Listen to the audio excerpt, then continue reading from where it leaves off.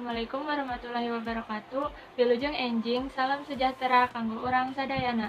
Nuka hiji, hayo urang sami-sami ngaagungkeun syukur ka Allah. Nutos maparinan rebu-rebu nikmat. Kumargi urang tiasa sehat walafiat di ruangan ieu. Dina kesempatan ieu, simkuring bade ngahaturkeun diantara nu singkat perkawis pentingna ngajaga kesehatan ti leutik keneh. Kedah urang regepkeun bahwasana kesehatan teh harta nu mahal.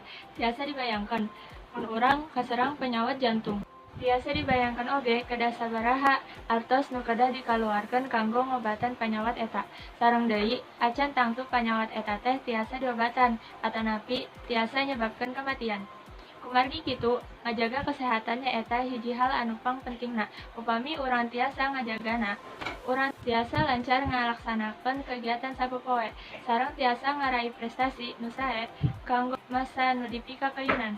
Sakieu heula biantara ti abdi, upami aya cariosan nu marenah dina hate, abdi nyuhunkeun dihapunten. Wassalamualaikum warahmatullahi wabarakatuh.